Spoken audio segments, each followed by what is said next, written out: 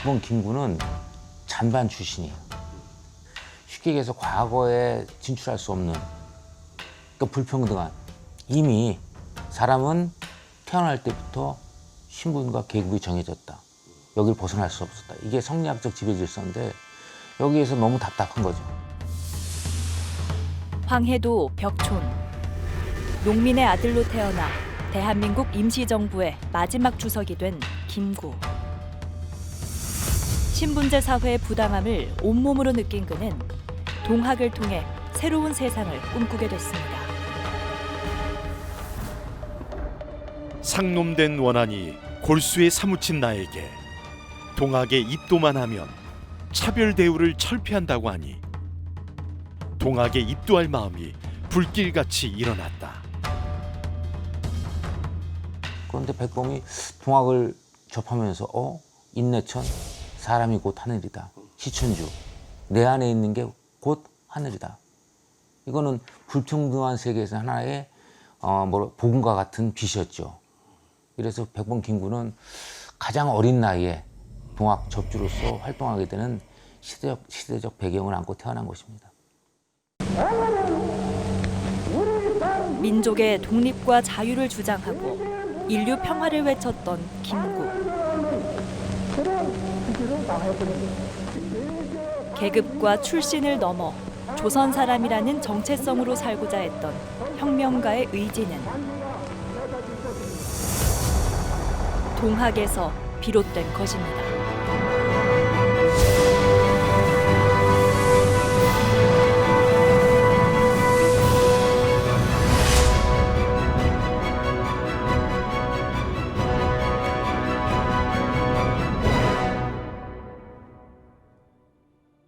정읍 이평면. 옛 고부군에 속했던 이곳은 동진강 입구를 통해 서해로 나갈 수 있는 교통의 요지이자 경제와 문화의 중심이었습니다. 이곳에 동학농민혁명의 시발점인 말목장터가 자리해 있죠. 131년 전 새벽 닭울음 소리를 신호로 동학농민군은 이곳 말목장터로 모여들게 됩니다. 아래로부터의 혁명, 그 첫 봉화가 이곳에서 시작됩니다. 태어날 때부터 인간의 가치가 정해져 있는 불합리한 구조 속에 새로운 세상을 향한 열망은 점점 뜨겁게 일었습니다. 131년 전의 고부. 민초들은 역사의 주체로 당당히 목소리를 내는데요. 극심한 수탈과 횡포에 지친 농민들의 처절한 외침이었습니다. 호남 평야지대가 소출이 높고 이 지역에서 물산이 풍부하니까 강원도나 그 경상도나 충청도 산악지역과는 비교가 안 되게 좋은 자리죠.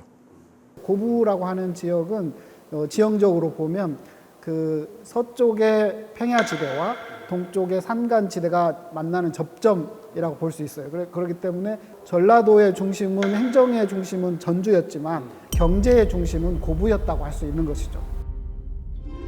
호남 최대의 곡창지대. 풍부한 농토와 풍족한 물산이 넘쳐나는 곳.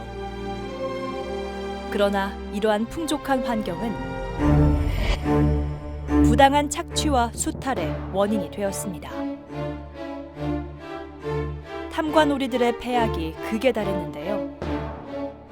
그 동학농민혁명이 일어나던 19세기에는 그 세도 정치기로 많이 알려져 있습니다. 이 세도라는 것은 권력이 한 곳에 집중이 되고 권력을 남용을 한다는 이야기거든요. 이 과정에서 생기는 문제가 그 공직, 그러니까 어떤 관직을 사고 파는 이런 문제가 생깁니다.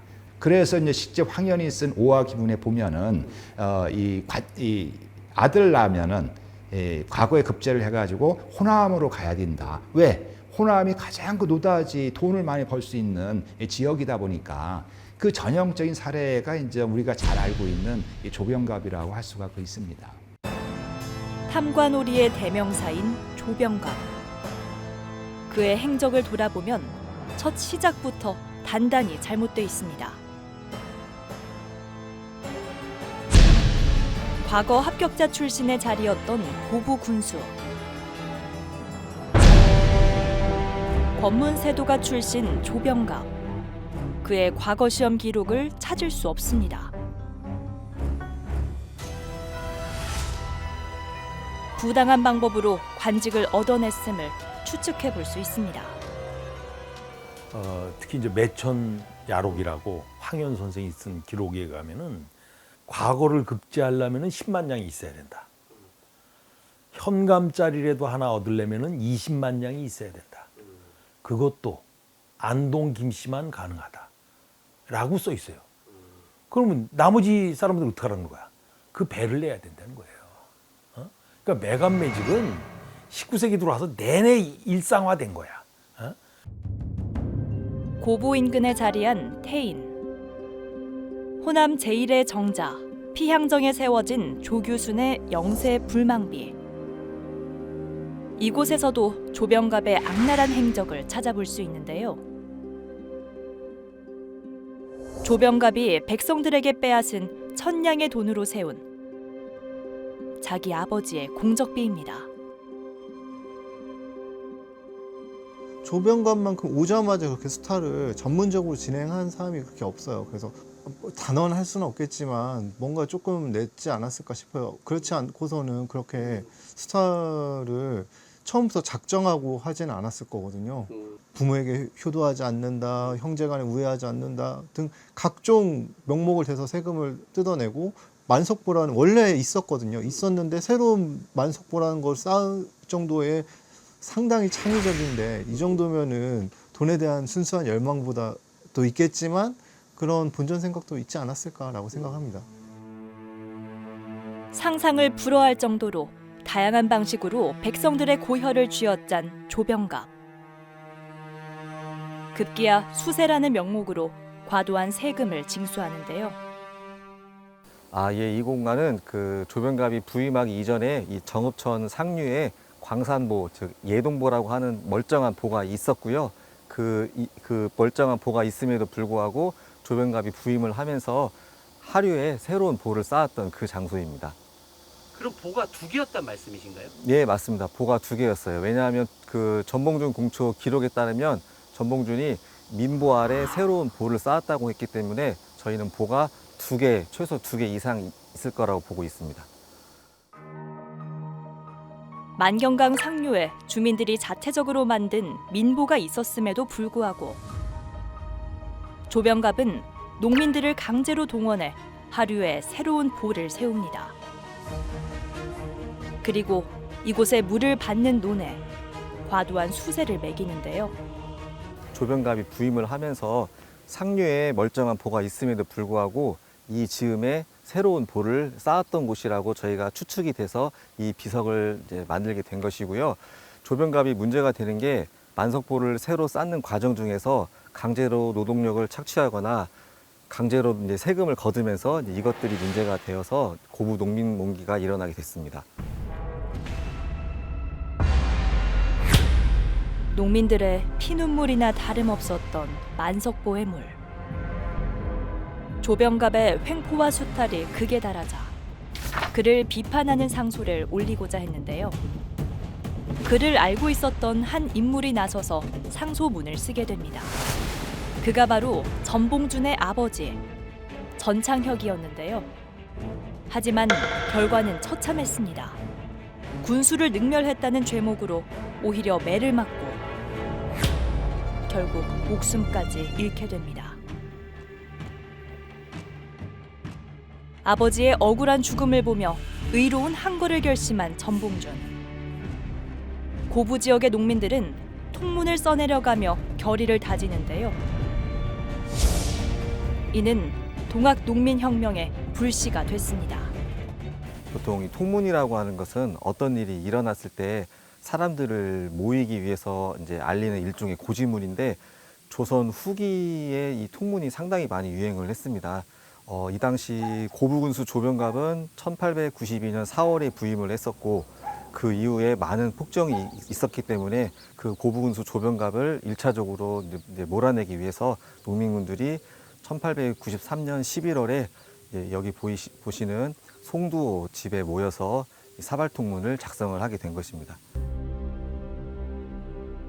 동학독민혁명의 단초가 된 통문에는 거사 계획이 담겨 있었는데요. 고부성을 격파하고 조병갑을 효수할 것, 군기 창고와 화약 창고를 점령할 것, 전라가명을 함락하고 서울로 직향할 것과 같은 거사 내용이 담겼습니다. 난내 났어. 난리가 났어. 에이, 참 잘 되었지. 그냥 이대로 지내서야 백성이 한 사람이나 어디 남아 있겠나.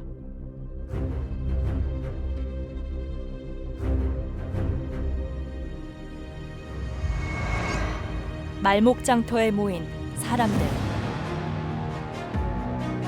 새로운 세상을 향한 민초들의 역사적 첫걸음이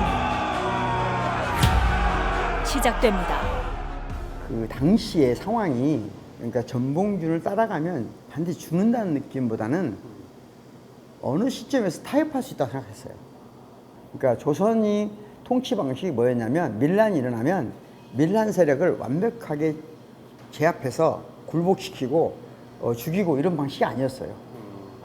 조선은 어떤 방식이었냐면, 대체적으로 밀란이 일정 부분 성공하면, 일정한 성과를 거두면 타협해서 그들의 요구를 어느 정도 들어주는 방식이었어요. 그러니까 당시에 그 동학이 처음에 봉기를 했을 때 그 뜻이 나쁘지가 않잖아요. 뜻이 나쁘지 않고 상대 말하자면 나쁜 짓 한 사람이 명확하잖아요. 그러니까 일정하게 전주 가까이 가면 말하자면 조선 왕조가 오히려 개혁하는 데 도움이 될 거라고 생각했어요. 조선 왕조를 바꾸게 하는데 힘이 될 거라고 생각했던 거예요. 한마음 한뜻으로 고부관화 점령에 성공한 농민들. 이는 민초들의 염원이 이뤄낸 의로운 항거였습니다. 당시에 모든 70여 개 고구려 농민 봉기가 고구려 경계를 안 넘어요. 안 넘는 이유는 무기를 들고 고구려 경계를 넘어서면 반역인 거예요. 역적이 되는 거예요. 그러니까 고구려 경계를 못 넘어. 그리고 수령을 죽여도 반역이에요. 임금이 명령한 사람이니까. 그래서 수령을 고을 경계 밖으로 쫓아내는 것이 목표예요. 조정은 농민들의 화를 가라앉히기 위해 고부군수 조병갑을 파면하고 박원명을 신임 군수로 임명했습니다. 그는 농민군의 해산을 위해 타협을 이루어냅니다. 관리의 가렴주구에 농민들은 그저 밀란을 일으키는 것밖에는 할 수 있는 행동이 없었습니다. 포악한 관리 조병갑을 몰아낸 농민군. 그러나 또 다른 도전이 다가오게 됩니다. 밀란을 수습하고 민심을 안정시키기 위해 파견된 안핵사 이용태. 농민군이 해산하면 그들의 요구를 받아줄 것처럼 굴었던 그는 약속을 어기고 농민들을 탄압하기 시작합니다. 근데 이제 박원명은 고부를 안정시켰는데 이용태가 조사한다고 장조를 200명을 데리고 와서 오히려 더 만행을 저지른 거예요. 동학도라면 다 잡아가고 부녀자를 겁탈하고. 그때 이제 농민군 지도부는 손아중, 김계남, 전봉준 이 사람들은 무장에 있는 손아중 쪽으로 피신을 해 있었어요. 그러다가 더 이상 이대로 놔둬서는 안 되겠다. 다시 일어나자라는 결의를 한 거죠. 무장의 손화중, 태인의 김계남 등 동학 접주들과 연계한 전봉준. 그들은 전라도 무장에서 본격적인 혁명의 의지를 무장 포고문에 담았습니다.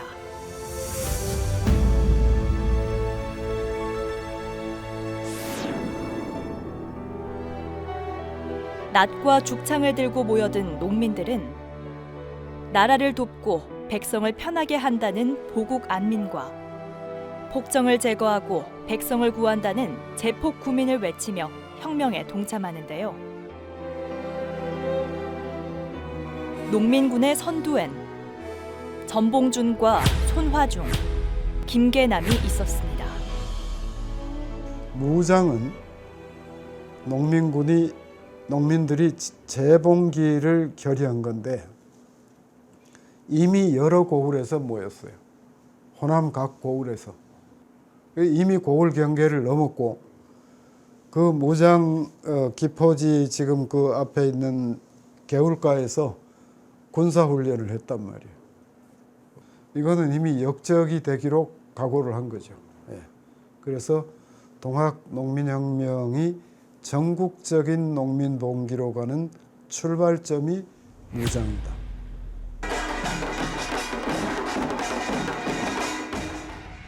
수탈과 억울함에 지친 농민들에게 희망으로 다가온 동학. 모두 없앤다! 전라각지의 농민들은 새 세상을 향한 열망으로 한 곳에 모여듭니다. 옛 고부 지역의 야트막한 야산. 백산에 모여든 농민군. 이곳에서 새로운 전환점을 맞게 됩니다. 이 백산은 이제 낮은 산인데 이쪽이 평지임에도 불구하고 백산에 올라갔을 경우에는 주변 일대가 다 훤히 보일 수 있어서 농민들 입장에서는 이쪽이 군사적 전략적으로 요충지였어요. 그래서 이쪽에 모여서 농민군들은 총대장으로 전봉준을 뽑고 손화중, 김계남을 총괄령으로 선출하면서 그 군대 조직을 정비를 했고 이때 위세가 대단했던지 멀리서 이 농민군들의 모습을 봤을 때 농민군들 옷이 하얀색이다 보니까 서면 백산이요, 앉으면 죽산이다, 이제 이런 말이 이제 나오게 됐습니다. 호남의 민중들이 모여 혁명군으로서의 조직을 갖춘 백산. 새로운 세상을 향한 아래로부터의 혁명이 본격적으로 시작됐습니다. 백산대회의 중요성은 우선 고을 경계를 넘어선 건 무장에서 넘어섰고 다시 군사대우를 갖췄다. 이거는 서울로 쳐들어가든 않든 고을 경계를 넘어서 군사대우를 갖췄다는 것은 역모예요. 이거는 명백한. 예. 그러니까 목숨 건 거죠. 예. 전봉준과 손화중, 김계남을 필두로 흰옷을 입고 죽창을 갖춘 농민군. 그들은 죽음을 각오하고 혁명군이 됐습니다. 농민들의 결연한 의지에 조선의 조정은 크게 당황하는데요. 그 결과 관군인 전라감영군을 파견하기에 이릅니다. 정읍 황토현. 이곳에서 동학농민군은 새로운 세상을 향한 첫 번째 전투를 맞이합니다. 당시 전주에서 영군이라고 해가지고 지방군이 있어요. 지방군이 내려온다는 소리를 듣고 신태에 보면 화울이라는 곳이 거기 동진강 나루터가 있는데 거기서부터 지는 척하면서 계속 뒤로 물러납니다. 그러니까 관군은 우리가 계속 이기네. 심지어는 얘네 별거 역시 그냥 반란군 무리구나라고 생각을 해서 계속 쫓아오고 지금의 동학농민혁명기념관이 있는 황토현까지 옵니다. 감영군뿐만 아니라 전라도 각 군현에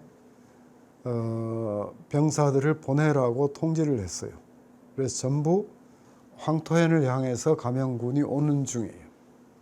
그러니까 농민군이 미리 황토현에 와서 진을 치고 미리 기다리고 있었죠.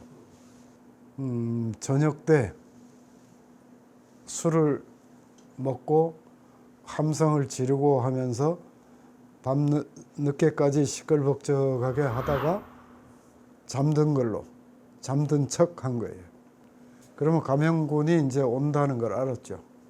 오면 어디로 올 거라는 것도 알고. 그래서 이제 감영군이 공격을 야간에 기습 공격을 하니까 농민군이 기다리고 있다가 급습을 한 거예요. 다시. 1894년 4월 7일 기습 공격에 성공한 농민군은 관군과의 첫 전투에서 값진 승리를 거두게 됩니다.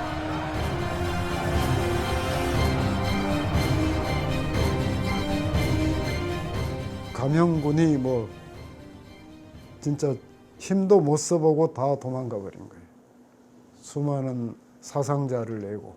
그래서 저기 남원이나 어디 이 전라도 동부 지방에서 오던 이제 여기 황토현으로 오라고 해서 오던 중에 여기서 패잔병들이 막 줄줄이 가니까 여기 오지도 못하고 중간에 돌아가 버리는 그런 상황이 되죠. 그래서 황토현 전투와 황토현 전투의 승리는 우리 역사에 처음 있는 일이었어요. 백성들이 일어나서 광군을 섬멸해버린 거예요. 완전히. 이런 일은 없었어요. 조선 왕조뿐만 아니고 그 이전 시대에도. 이날의 승리로 농민군의 사기는 하늘을 찌르고 최초의 승리일은 동학농민혁명 기념일로 지정돼 매년 되새겨지고 있습니다. 황토현에서의 승리를 기점으로 농민군은 전라도 서남부 지역을 돌며 세력을 확장해 나가는데요. 이 과정에서 농민군의 수가 급증했을 뿐 아니라 무기 또한 강화됐습니다. 이후 농민군은 전남 장성에서 또 한 번의 전투를 맞이합니다. 황토현 전투에서 이기고 나서 당연히 그 전주로 가고 싶었지만 서울에서 경군이 옵니다. 홍계훈이 이끄는 경군이 오니까 그 지방군하고는 또 다른 거죠. 그러니까 전주로 올라가는 게 아니라 고창, 흥덕, 영광, 한평까지 갔다가 장성으로 올라가거든요. 그래서 그때 남쪽으로 내려왔던 경군하고 맞붙게 되는 겁니다. 장성 황룡촌. 경군은 최신 무기로 무장한 상태. 누가 봐도 농민군이 불리한 상황이었습니다. 보자마자 관군이 대포를 쏘게 되는 거예요. 그러니까 이제 크게 피해를 보잖아요. 근데 총을 막 쏘고 하니까 이거를 피할 수 있는 게 뭐가 있을까 싶어서 했던 게 대나무로 만들었던 장태라는 게 있습니다. 닭장 같은 건데요. 큰 그걸 장태를 굴려가지고 관군에게 접근해가지고 근접전을 벌여서 승리를 거두게 되는 겁니다. 농민군은 장태를 이용해 경군에 맞섰습니다. 장태 안에 볏짚을 가득 채워 굴리는 방법으로 탄환을 막아낸 건데요.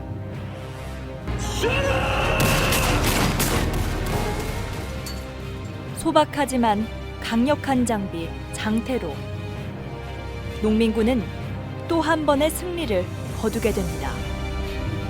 왕실을 수비하는 부대예요. 그러니까 최정예 부대 600명을 보냈는데 황룡촌 전투에서 완전히 섬멸을 당하죠. 홍계훈이 나머지 병사를 이끌고 따라오는데 농민군은 이제 전주성을 향해서 올라가고 있고 앞에 마을에서 농민군이 쉬고 있다. 그러면 관군이 한 10리 뒤에서 쉬고 있어. 그리고 앞에 출발했다 그러면 또 일어서서 따라가고 전투 의지가 전혀 없었다 그래요. 이곳 황토현과 장성 황룡촌에서의 승리를 기점으로 농민군의 사기는 나날이 높아져만 갔습니다. 그 기세는 호남의 심장, 전주성 진격으로 이어지게 됩니다.